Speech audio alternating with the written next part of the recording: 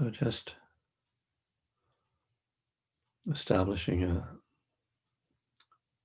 balanced and stable, upright meditation posture.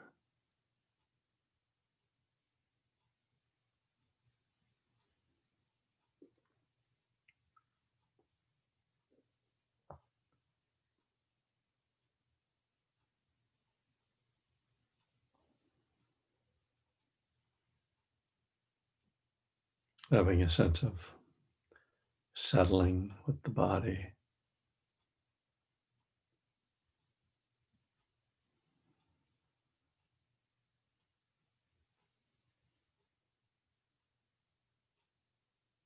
Releasing any points of tension.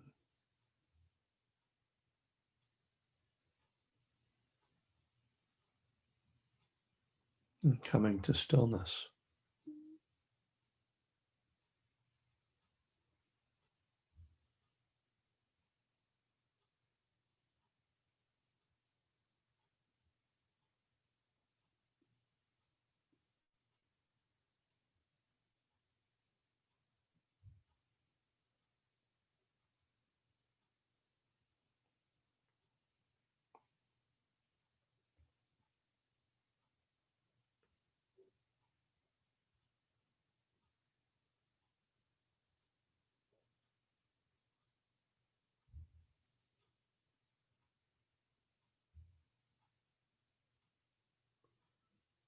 Being aware of sounds, sensations.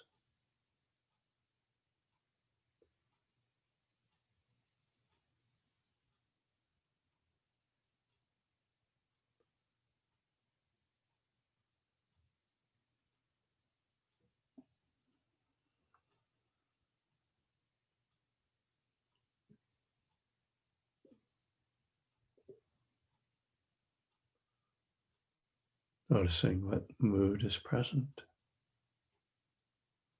how you're feeling.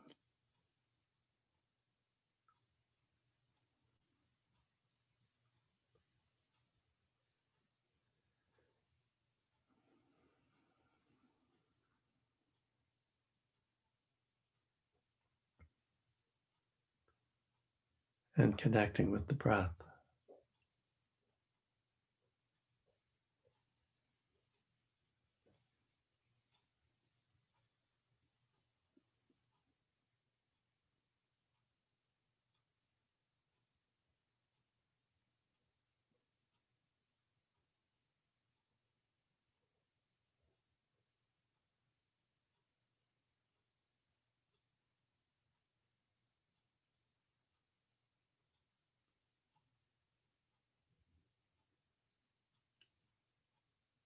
So we can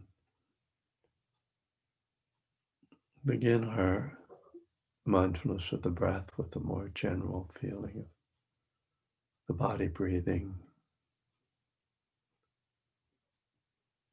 and gradually let the attention become more precise, either feeling the sensations of the nostrils, touch of air coming in and out, or the movement in the belly rising and falling.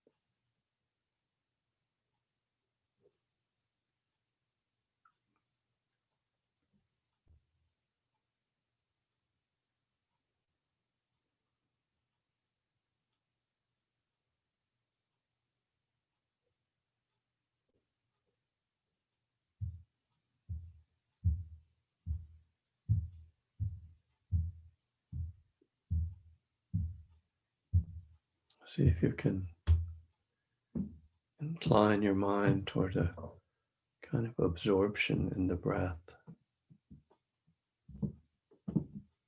Just letting go of everything else. Letting the breath, the feeling of the breath, fill your awareness, fill your consciousness.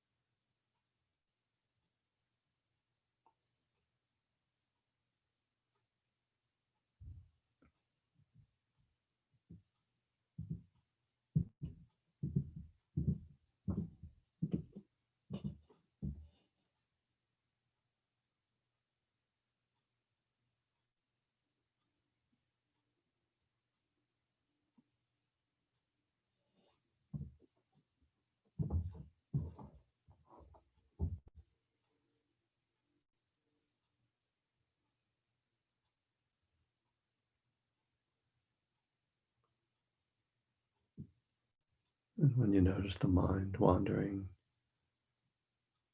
just gently coming back into that absorption of breath.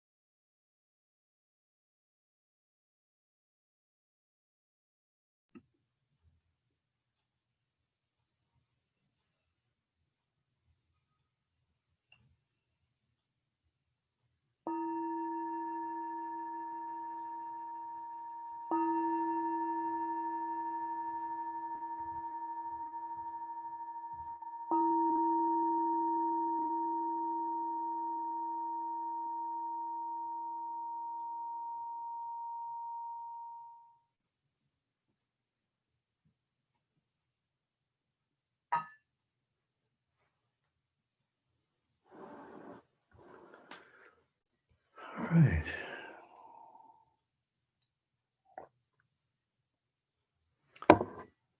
Well, I didn't give much instruction tonight, so I apologize to people who like to hear a lot of meditation instruction. um, so we're, we're in step 5 of One Breath at a Time. And the section that I'm going to talk about, I'm not actually going to talk about the book, but the section that we're about to cover is called Noble Friends and Noble Conversation. And, um, and so I'm going to talk about the sutta that expression comes from. And but first I'll say that expression um, doesn't show up in this translation, and I'm not sure what translation it was in, but it was the earliest way that I heard this sutta. And it's kind of has a nice ring to it, Noble Friends and Noble Conversation.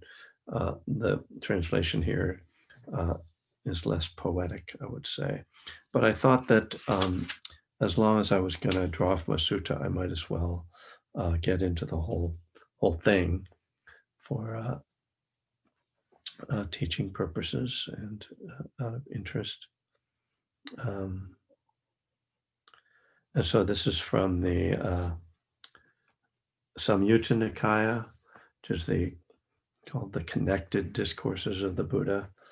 So the way the suttas are put together it doesn't follow the kind of logic that we might follow in a contemporary book. There's the middle length discourses and the longer discourses. So those are obviously just put together by how long they are. The middle length or the longer discourses just have a dozen or so discourses in a big book, so they're really quite long. And then the middle length, there's like 152 suttas in one book. But the connected discourses are put together in themes, and so it's got like sort of books within books, and some of them are sort of more specific than others. Like there's one that's what is it called? I think it's pronounced Bojjhanga Samyutta. So they're all called Samyuttas. So they put together a bunch of smaller discourses under these headings. Like the Bojjhanga is the word for the awakening factors. So that's like a whole bunch of suttas on the awakening factors. And there's one that's I think there's one that's I think the very first one is the Deva Samyutta, which is all suttas with devas, who are like angels. Those are fun. And for anybody who thinks that Buddhism doesn't have gods, rude awakening. But this sutta is in it's specifically for those again who are kind of, if you're into the suttas, this is identified as the 45th Samyutta and Sutta number 2. So it's identified as when people refer to the suttas, I'll show you the way it would be marked. Like if you were reading a book and it was referring to it, it would say SN 45.2.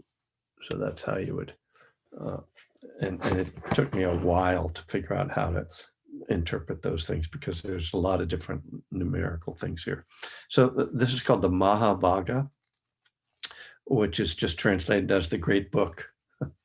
So it doesn't have an obvious theme that I know of. And this is, as I said, the second sutta in this section. And as many of the suttas begin, it starts with the "Thus have I heard." That was actually the original title of the first translation of the longer discourses, but that's uh, the Digha Nikaya. Anyway, and the title of the sutta is Half the Holy Life. So I'll read the beginning of it. The first couple paragraphs are the dramatic part. Thus have I heard, on one occasion the Blessed One was dwelling among the Sakyans, where there was a town of the Sakyans named Nagaraka. Then the Venerable Ananda approached the Blessed One. Having approached, he paid homage to the Blessed One, sat down to one side, and said to him, "Venerable Sir, this is half of the holy life, that is, good friendship, good companionship, good comradeship." "Not so, Ananda, not so, Ananda. This is the entire holy life, Ananda, that is, good friendship, good companionship, good comradeship. When a bhikkhu has a good friend, a good companion, a good comrade, it is expected that he will develop and cultivate the Noble Eightfold Path." And then he goes on to essentially list the Eightfold Path,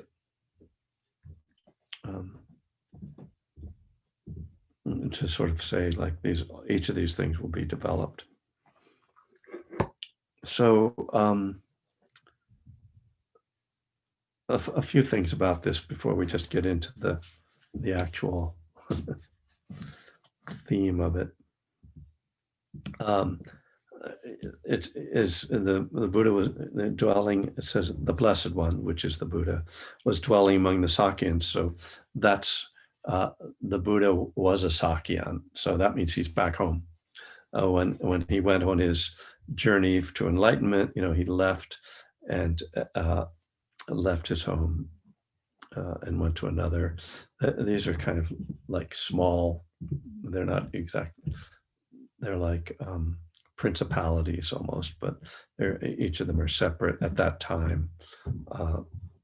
And the Sakyans were actually a fairly small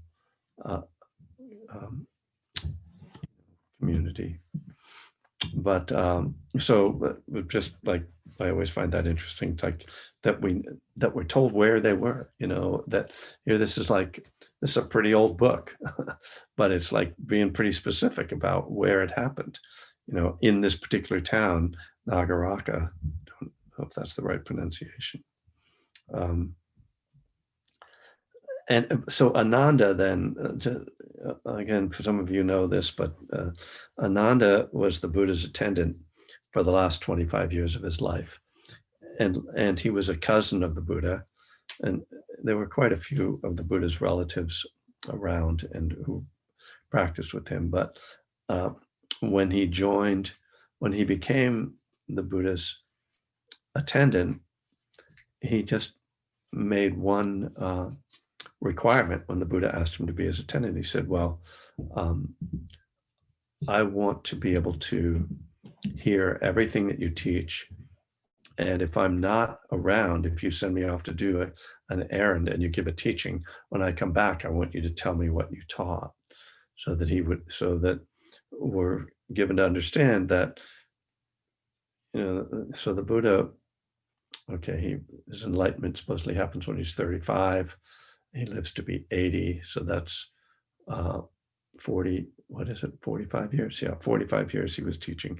For the last 25, Ananda hears all the teachings.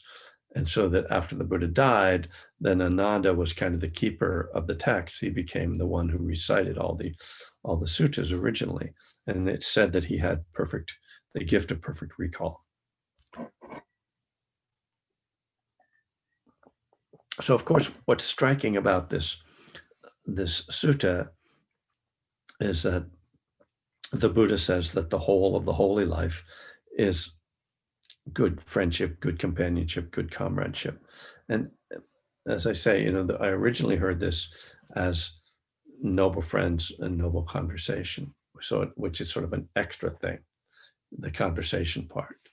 And it was, I first heard it from James Barris, probably about 25 years ago, and I remember distinctly, and I described this in One Breath at a Time, the sitting there in the hall at the Berkeley Buddhist Monastery and listening to his Dharma talk, and he reads this part where Ananda says, half the holy life is, as James read it, noble friends and noble conversation. And my first thought was, oh, no, that's not half the holy life. It's like much less than that, isn't it? And then having the Buddha say, no, the whole of the holy life. Then I was like, what? Like, this is not the Buddhism that I learned in grade school. I thought it was about meditating. And um, so, then I, as I reflected on that in relation to recovery, of course, we could say the whole of the 12 steps are good friends and noble friends and noble conversation, or good friends and good companionship. And there's some other suttas that I don't know if I'll get to the other one tonight, but where the Buddha kind of explains this in other terms that create maybe a little bit more logic to it. But he's kind of saying that the seed of all this begins with having a connection with another person. And indeed, in the sutta, there's another kind of phrase that shows up. So he says, by relying upon me as a good friend, beings, beings subject to birth or freed from birth, subject to aging, freed from aging. So uh, he says, by relying on me, people can become enlightened or have a spiritual awakening.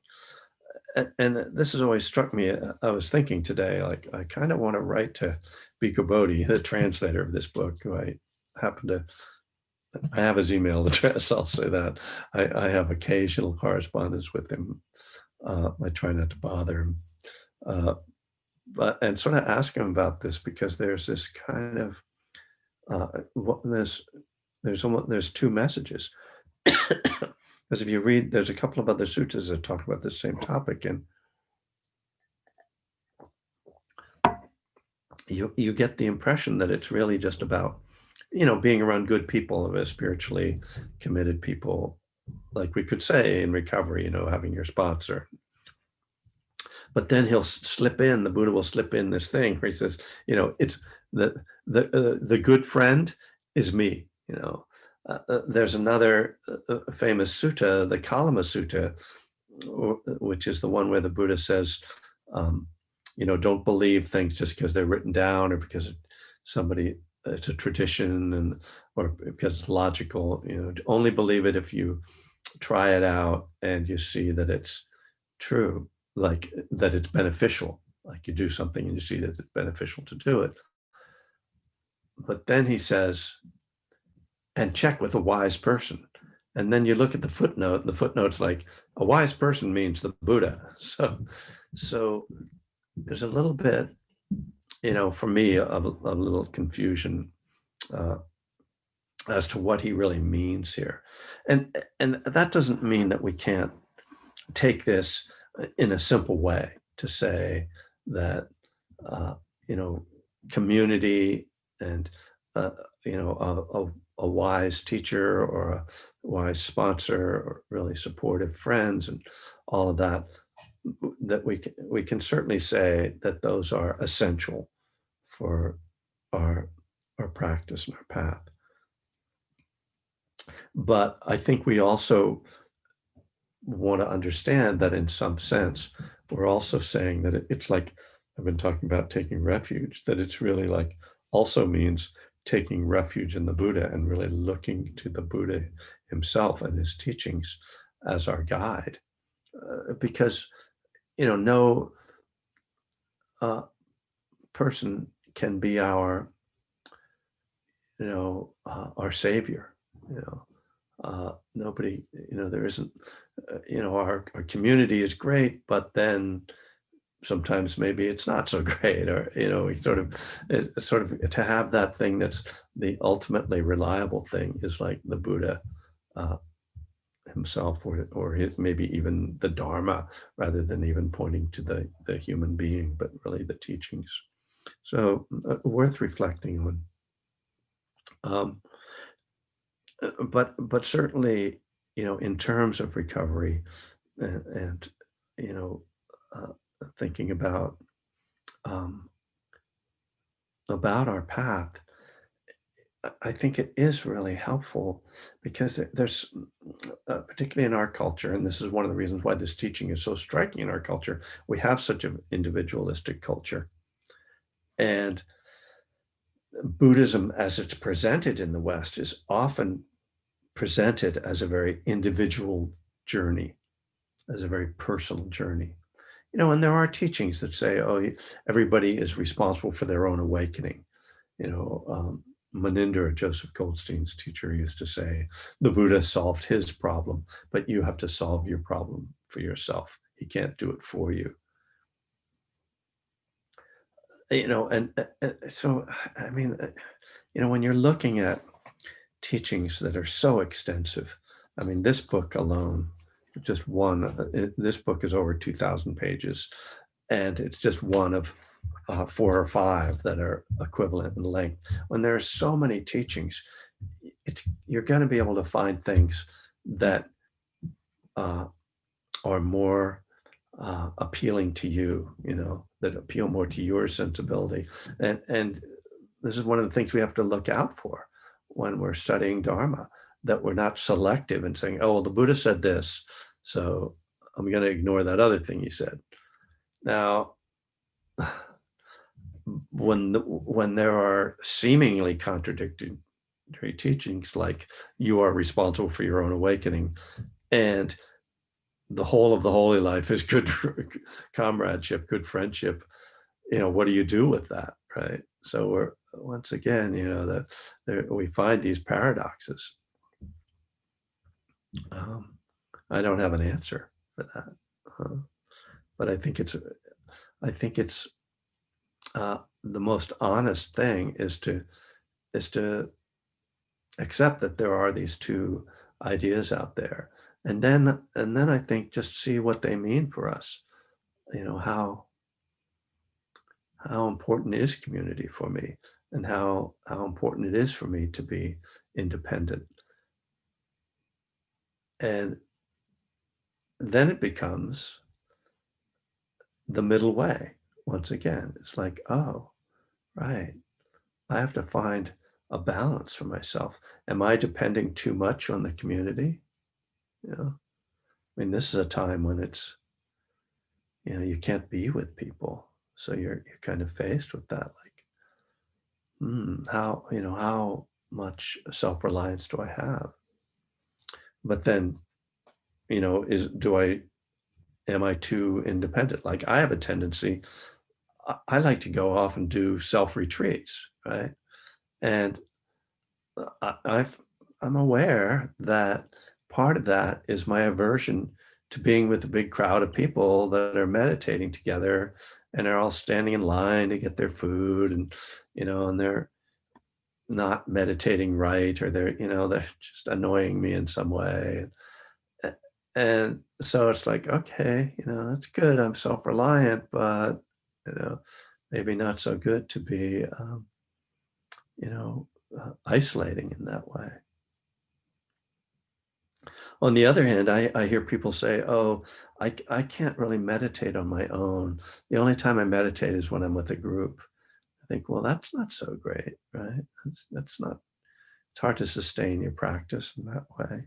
And maybe you can find a group every day on Zoom, but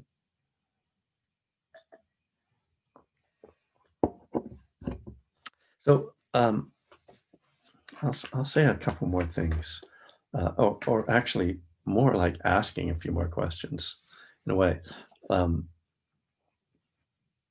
So there's a footnote, and sometimes the footnotes in these things are really helpful and very interesting. So this is the footnote on this says that supposedly when Ananda had this thought, like he had been meditating, and he had this thought. It says that uh, he had the thought that um, one that half of the holy life is good friends, and the other half is quote manly effort.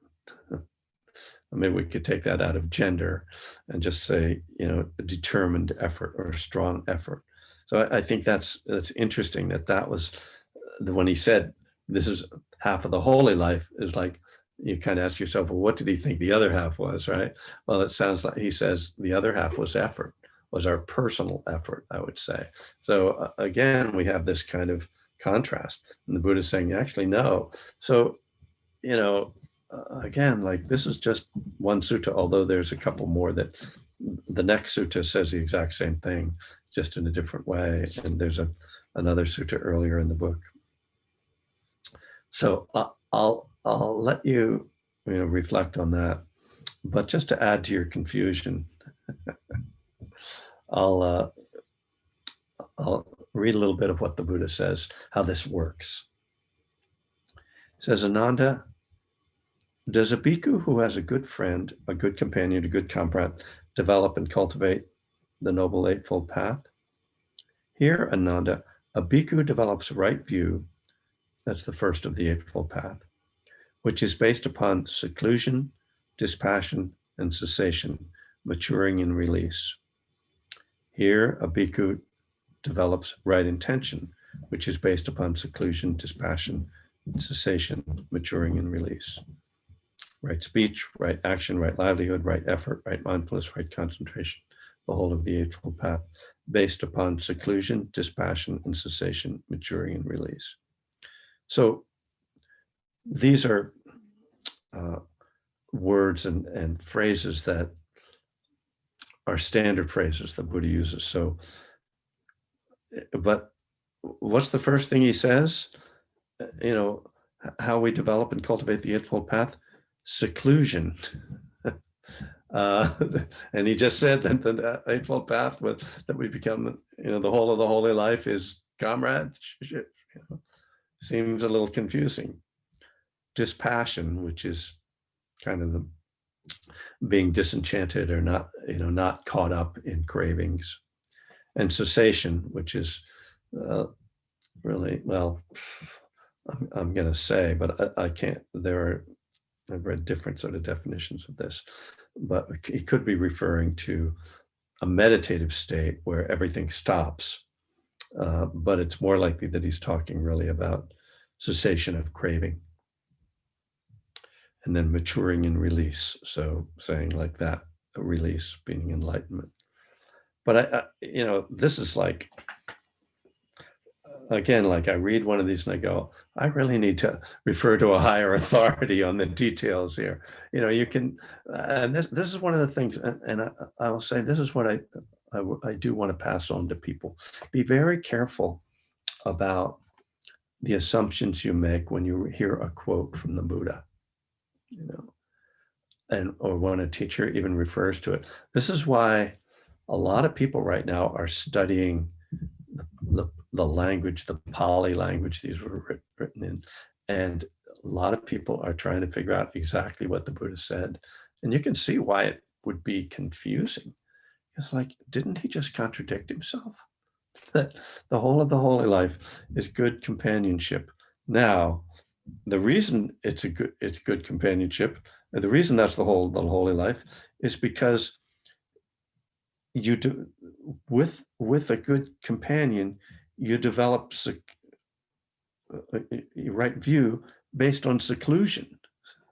So I don't know. Maybe I should give this stuff up. It's too crazy. Maybe I don't know if that's the most useful teaching. I didn't actually realize I was going to wind up there tonight, but there you go. I don't like to plan too much. Just try not to make it utter chaos. So I'll stop there and open it up for any thoughts or questions. just completely like, what am I supposed to say about that?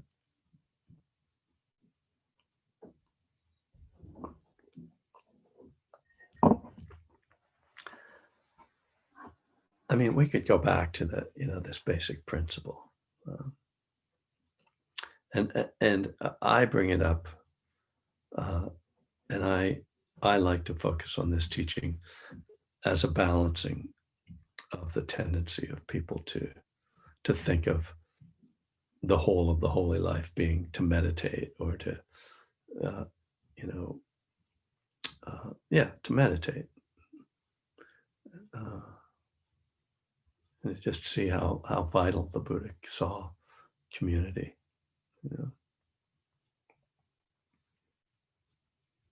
Go ahead, Lily. Hi.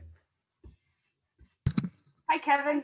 Hey, nice to see you. Nice to see you too. I was just wondering about the seclusion and the friend, but and the sense of self, because if you're by yourself, well, because I don't really quite grasp the sense of self, but you can be kind of in seclusion by yourself with yourself as a friend, but not yourself without the sense of, I'm not making sense, but. You could be in seclusion with yourself and yourself might not be a friend.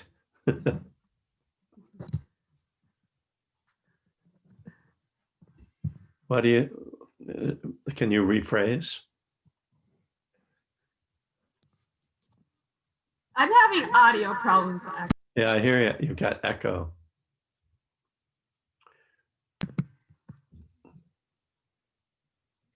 Okay, well, what I was thinking about when you were talking, I was thinking about the sense of self. Yeah.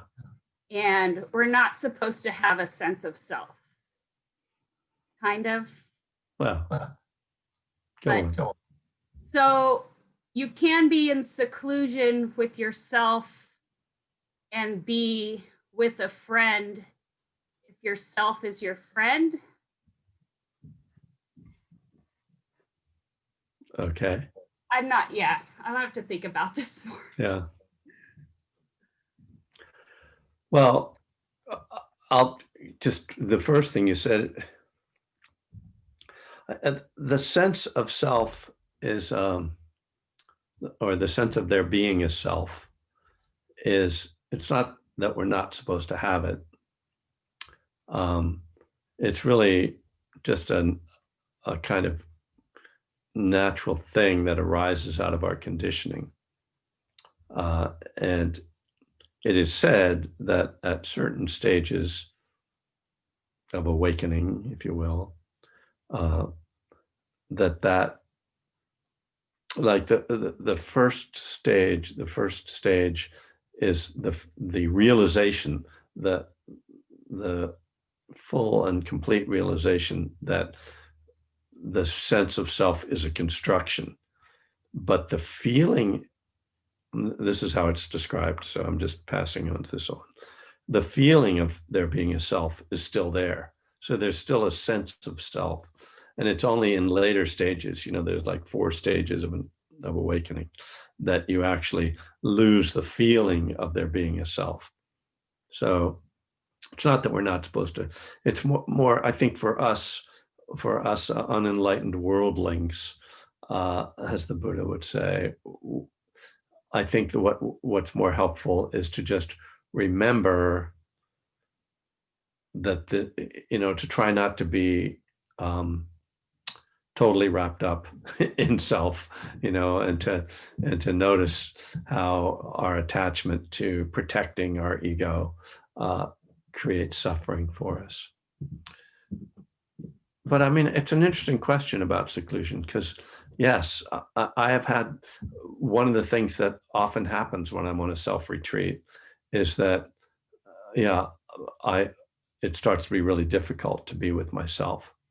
And of course, this is a very common problem for people, and certainly addicts, I think, we're, as much, maybe more than the ordinary unenlightened worldling, you know, it's hard for us to be alone. And maybe that's why, you know, 12-step programs are founded in community. You know, that's kind of our primary ritual.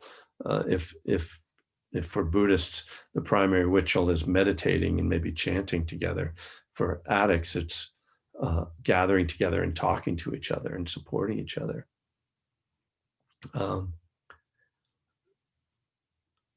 At the same time, it seems like it's a good thing to develop, you know, the capacity to be alone, you know, and to be quiet. Yeah.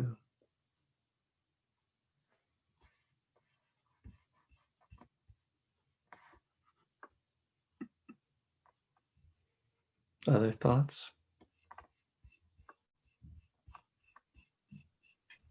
Sal has his hand up. Kevin. I'll say something. Oh, Yeah, go ahead, Deb. Can you hear me? Yeah. Okay. I was just thinking recently, you know, especially reading this today now, and then several weeks ago, reading some verses in the 37 practices of a bodhisattva about choosing friends wisely, you know, how important our friends and our connections are. And then reading this tonight, and then just having had a day of, you know, gratefulness and generosity under the belt, along with some pumpkin pie, and I feel like this teaching on our friends and community speaks to not self. It speaks to interconnectedness, you know. We can be alone, but we're still not alone, and we're not just a single thing. We couldn't be here without being dependent on the generosity of others, you know, whether it was being birthed and being fed until we could do that ourselves or what. And so sometimes I look at not self as that, and my friendships and coming together, you know, going to meetings, going to 12-step meetings, having a sponsor, sponsee, being of service, all of these things remind me that it's not me. I'm part of a whole, and I'm interconnected. So I can see, you know, just reading this tonight, you sharing this reading tonight, that's how I'm taking it. Yeah, I am part of this huge entity, but it's a woven thing, you know. So I wouldn't be here if I was alone. Yeah. So I don't know if that makes any sense Yeah. or resonates, but it allows me to be really more comfortable with, I'm not afraid to say I'm not a not self, you know. Right. I'm here, I know that, but it's because I'm interconnected with everyone else that I'm part of something much bigger. Yeah. Beautiful. Thank you. That helps. That's great. Thank you, Debbie. John, did you want to say something? Well, I think Debbie said it quite eloquently, that being alone and being interconnected can be one and the same experience. The other thing, I think, like when you referenced your experience in community of being annoyed by this and that, I think you referenced something like that. Yes, I did. On your self-retreat, but which happens to me and all of us, I think. But in some sense, the practice, there's another practice of being in community, which is that being awakened with others and not being caught up in the distraction of my annoyances, which in recovery, and I think in Buddhism maybe as well, I'm not sure about that as so much, are really just projections of my mental states and my mental processes. And so in some sense, meditation, sitting on the cushion and being in community can be very similar processes that kind of synergize each other, because, and maybe they're both somehow not one and the same, but they're not split. Yeah. And because I know, for instance, as an alcoholic, I can sit up here in my apartment by myself and I can feel fine, everything's great. And then I'll go to a meeting with other people and all of a sudden I'll realize, no, I have some work to do. There's some contemplative work I have to do in community with other people, just like there is when I'm sitting in meditation by myself. So. That's great. Thank you, John. And you reminded me of something I was just reading about Ajahn Chah, the famous Thai forest master who said that, he spent many years just practicing alone, kind of with his bowl and his robe and just walking around the forests of northern Thailand and, finding a village where he could get alms and then going and meditating. And that he got really good at meditating, right? And then he would go into a monastery or get together with some other monks, and then he would start to lose all the serenity that he had when he was off alone. And he finally realized that he wasn't really progressing in the way he thought he was. That he wasn't, it's like, I'm enlightened as long as there's nobody else around, kind of thing. And so that became the model for his monasteries, is one of very communal. If you ever get a chance to spend time at one of the Thai forest monasteries, because you can go and visit, stay, you get up at like 4 o'clock or whatever it is, 5 in the morning, and then they chant for quite a while, and they meditate for a while, and then they work. And they work from about like 6:30 in the morning until lunchtime. And if you're visiting, you also work. You don't like, oh, I'll go back to my cabin and meditate now. No, it's not like a retreat. They work, and then they have a couple hours in the afternoon that's free time when they can practice on their own. And then they get together again and chant together and continue. They have tea together, and then depending on what day of the month it is, because there's different, they go by a lunar calendar, whether they stay up all night meditating together or there's a talk. But it's very communal, and that they use this image of washing potatoes, putting them in a pot and pouring water, and then rubbing the potatoes all together to get them clean. That's how they see their path. That we kind of, by scraping up against each other, we I don't know if we clean ourselves, but we awaken ourselves. We challenge ourselves can I maintain equanimity in the face of all the aversion that I have? So, well, thank you. I never know how I'm going to be, and I've really come to depend on seeing you guys, and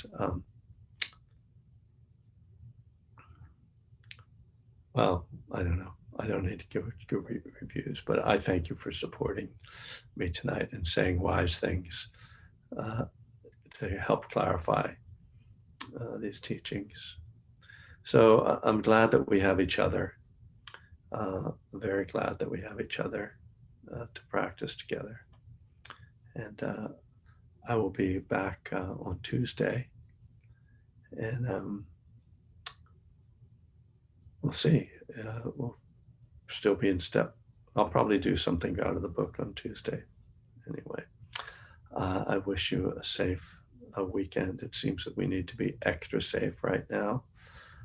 Many people are getting sick. Many people are dying. And so I know that you are all wise and careful people, and we will soon be vaccinated.